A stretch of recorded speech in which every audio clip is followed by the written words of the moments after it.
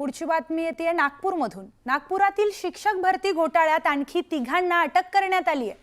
यामध्ये शिक्षण उपसंचालक कार्यालयातील कर्मचाऱ्यांचा समावेश आहे। बनावट कागदपत्रांच्या आधारे शिक्षकच नसलेल्या एका व्यक्तीला मुख्याध्यापक केल्याच्या प्रकरणात ही कारवाई करण्यात आली। विभागीय शिक्षण उपसंचालकानंतर शिक्षण विभागातील तिघांना अटक करण्यात आली आहे। यात शिक्षक उपसंचालक तर एक माध्यमिक शिक्षण विभागातील कर्मचारी असल्याची माहिती आहे। या घोटाळ्यात आणखी अनेक मोठे मासे पोलिसांच्या गळाला लागण्याची शक्यता आहे। निलेश मेश्राम, संजय दुधाळकर, सूरज नाईक अशी अटक केलेल्या आरोपींची नावे आहेत।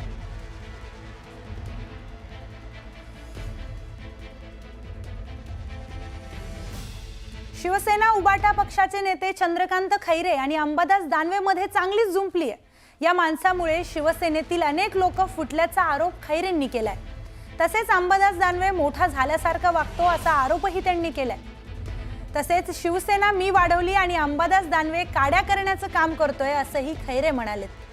तर मला आमंत्रण बैठकीचं आमंत्रण आलेलं नव्हतं, मला विचारायला हवं होतं, या माणसाने काय केलं हे सांगा असा थेट सवालही चंद्रकांत खैरेंनी उपस्थित केलाय। दरम्यान या संदर्भात मी उद्धव ठाकरेंना सांगणार असून तक्रार करणार असल्याचंही त्यांनी स्पष्ट केलं। खैरे ज्येष्ठ नेते आहेत, त्यांना कारवाई करायची आहे तर करू द्या असं प्रत्युत्तर अंबादास दानवेंनी दिलंय। त्यामुळे शिवसेना उबाटा पक्षातच आता नव्या वादाला तोंड फुटलंय।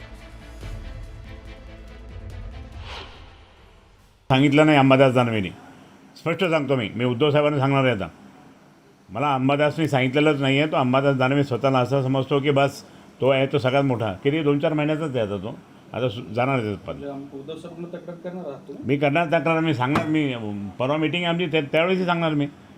पण तुम्ही आम्हाला त्या ठिकाणी काय समजता, कचरं समजता तुम्ही? अरे शिवसेना मी वाढवली, जेलमध्ये गेलो, लाठ्या खाल्या सगळीकडे गेलो, लॉकअपमध्ये गेलो, सगळं केलं। तुम्ही काय केलं आमच्यासाठी? ही शिवसेना मंत्रिपदापर्यंत त्या ठिकाणी आम्ही होतोच साहेबांच्या आशीर्वादाने, आणि नंतर हा आला, नंतर येऊन काय करतो आणि काड्या करण्याचं काम करणार, हे मला आवडत नाही, बिलकुल नाही आवडत। ज्येष्ठाविरुद्ध कसं बोलू मी? तुमच्यावर कारवाई करायला लावणार आहे मातोश्रीला? पक्षप्रमुख जो सांगेल ते ऐकायला मी तयार आहे। तुम्ही 4च महिने नंतर बघून येऊन म्हणतात। मग आता मी त्यांना म्हणू का तुम्ही काय? मला असं वाटतं की शिवसेनेचा नेता आहे हे सगळ्यात महत्त्वाचं आहे, याला काही कालावधी नसतो। पण मी हेच सांगतो ना की ते ज्येष्ठ नेते आहेत, करायचे तर करा कारवाई, काय प्रॉब्लेम नाही। दरम्यान शिवसेना नेते संदीपान भुमरे यांनी चंद्रकांत खैरे यांच्यावर निशाणा साधलाय। चंद्रकांत खैरेसाठी शिवसेनेची दारं बंद आहेत असं ते म्हणाले। आम्हाला गद्दार म्हणता, मग आमच्याकडे कशाला येता, तिथेच राहा असं देखील म्हणत भुमरेंनी खैरेंवर टीका केली आहे। चंद्रकांत खैरेसाठी शिवसेनेचं दार बंद आहे, कारण चंद्रकांत खैरे हे सांगतात की मी एक निष्ठ आहे, एक गद्दार आहे। मग अशा लोकांना आम्ही घेणार, आम्ही गद्दार आहे, तुम्ही कशाला आमच्यासाठी आमच्याकडे आता? तुम्ही आहे तिथेच राहा, मी कालच सांगितलं। आता तुम्ही घरी राहा, आता अनेक वर्ष तुम्ही पदं भूषले, आता दुसऱ्याला भूषून द्या। हे तिथे पैठणला कधी जाऊन पाहता का पाईपलाईन कुठं काय, आणि बैठका मी दर 3 महिन्यात बैठका घ्यायचो। माननीय उद्धवसाहेबसुद्धा त्या ठिकाणी ह्या पाणी योजनेच्या वेळेस मुख्यमंत्री असताना आठवड्यात बैठक घ्यायचे। मग इतकं असताना त्या ठिकाणी उगाच उद्धवसाहेबांना किंवा आमच्या सगळ्यांना बोलायचं पाण्याचं श्रेय घेतात वगैरे काही नाही, त्याला काय ते दारू विक म्हणा फक्त, बाकी काय बोलू नाही। आता ते मी त्या थर्ड क्लास माणसाचे काय बोलत नाही, त्याच्यामध्ये काही मला बोलायचं नाही। आता नाही, कसला आला आता खासदार, काय आला? दारू पाजून आलेला, निवडून आलेला माणूस काय? मी 20 वर्ष होता, तो आता शिक आला, 1 वर्ष झालं तरी काही दिसतं काय काम त्याचं? भुमरे तरी कुठं असतात? भुमरे खासदार संभाजीनगरचे नसतात पैठणला। मला सांगा ना, संभाजीनगरच्या 1 वर्षभरात भुमरेंनी काय एखाद्या विषयात हे केलं? संसदेत एखादा आवाज उचवला, एखादं तोंड उघडलं संसदेमध्ये गेल्यावर भुमरेंनी कधी संसदेत बसतात, कधी निवडून काय सेट दिलेलं आहे? कोणत्या भागात गेले तुम्ही तर पैठणलाच मशगूल असतात। तुम्हाला संभाजीनगर इकडच्या लोकसभेशी घेणं देणंच नाही आहे। आणि कागदोपत्री आहे तर मग आम्हाला काय घाबरता, आमच्याला काय रिएक्शन देता, शांत बसा, करू दे आम्हाला जे काय करायचं आम्ही कागदोपत्री करतो, कागदोपत्री करू. भारतरत्न डॉक्टर बाबासाहेब आंबेडकर यांची आज जयंतीनिमित्त मुंबईतील दादर इथल्या चैत्यभूमीवर अभिवादन सभेत उपमुख्यमंत्री एकनाथ शिंदे आणि अजित पवारांचं भाषण रोखल्याची चर्चा आहे. राजशिष्टाचारानुसार मुख्यमंत्री देवेंद्र फडणवीस यांच्या आधी उपमुख्यमंत्री एकनाथ शिंदे आणि अजित पवारांचं भाषण नियोजित होतं. तसं त्यांचं भाषणही तयार होतं, पण ऐनवेळी उपमुख्यमंत्री एकनाथ शिंदे यांना भाषण करण्यापासून रोखण्यात आल्याचं बोललं जातंय. थेट मुख्यमंत्री देवेंद्र फडणवीस यांचंच भाषण नियोजित करण्यात आलं. चैत्यभूमीवरील अभिवादन सभेत राजशिष्टाचारानुसार भाषण नाकारल्यामुळे दोन्ही उपमुख्यमंत्री नाराज असल्याची वरिष्ठ सूत्रांची माहिती आहे. बाबासाहेबांच्या जयंतीनिमित्त होणाऱ्या या अभिवादन सभेत दरवर्षी राजशिष्टाचारानुसार भाषणांचा एक क्रम असतो आणि त्यानुसार भाषणं होतात.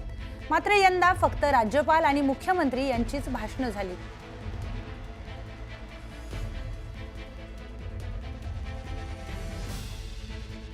तर अशी कोणतीही नाराजी नसल्याचं महसूल मंत्री चंद्रशेखर बावनकुळेंनी स्पष्ट केलं. काही माहिती नाही. मला वाटतं कोणी भाषण दिल्याने मोठं होत नाही, भाषण नाही दिल्याने काही मोठं होत नाही. त्यातून काही नाराजी व्यक्त होत नाही. भाषण नाही दिलं असेल, वेळेमुळे काही असेल तर मला माहिती नाही, पण भाषणामुळे आम्ही नाराज होणारे नेते नाही आहोत. दरम्यान रायगडमधील महायुतीमधील वाद आता पुन्हा एकदा चव्हाट्यावर येणार असल्याची चर्चा सुरू झाली आहे. कारण एका कार्यक्रमात बोलताना भरत गोगावलेंनी निवडणुकीतील राजकीय घडामोडींचा उल्लेख केलाय. बऱ्याच लोकांनी विरोध केला, पण मला कुणीही हरवू शकलं नाही. नाव न घेता गोगावलेंनी तटकरेंवर आरोप केला असल्याची चर्चा राजकीय वर्तुळात सुरू आहे. तर सर्वांची मेहनत, गोरगरिबांचे आशीर्वाद आणि आमच्या नीतिमत्तेमुळे विजय झाला, असं भरत गोगावलेंनी स्पष्ट केलंय. गोगावलेंच्या या वक्तव्यामुळे रायगडमध्ये महायुतीच्या नेत्यांमध्ये काही वाद आहेत का, अशी चर्चा दबक्या आवाजात सुरू झाली आहे. माणसाने दुसऱ्यावरती पण किती अवलंबून राहायचं हे पण ठरवायला पाहिजे. म्हणून आम्ही मागे सांगितलं, बऱ्याचशा लोकांनी विरोध केला, सगळं झालं, पण भरत शेठला कोण हरवू शकलं नाहीये. त्याचं कारण हे आमच्या आईवडिलांची पुण्य आहे, आमची नीतिमत्ता, आमच्या मुलाबाळांची मेहनत, आमच्या कार्यकर्त्यांची मेहनत, तुमचे गोरगरिबांचे आशीर्वाद. आम्ही काळजीच करत नव्हतो. तर एकीकडे हा वाद असताना दुसरीकडे आज 10 महिन्यांच्या प्रदीर्घ कालावधीनंतर खासदार सुनील तटकरे आणि मंत्री भरत गोगावले एका व्यासपीठावर आल्याचं पाहायला मिळालं. माणगाव येथील यादव गवळी समाजाच्या नूतन इमारतीच्या भूमिपूजन कार्यक्रमासाठी हे दोन्ही नेते एकत्र व्यासपीठावर आले होते. दरम्यान दोघांना एकाच व्यासपीठावर आणल्याबद्दल तटकरे यांनी यादव गवळी समाजाचे आभार मानले.